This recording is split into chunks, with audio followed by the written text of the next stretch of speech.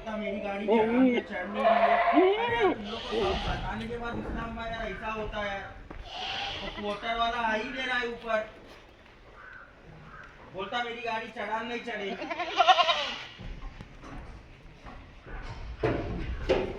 उसको फोन मारो यार ऐसा मत कर देना। खाली हम लोग सब यहाँ वर्क आदमी लोग को मैंने खड़ा कर उतारने आना है।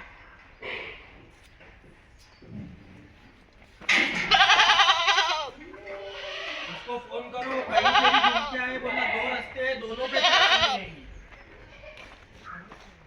अरे भाई उसको बोल दिया, वो मानने तैयार नहीं, बोलता मैं नहीं चलाऊंगा गाड़ी। तो क्या बोलूं उसको?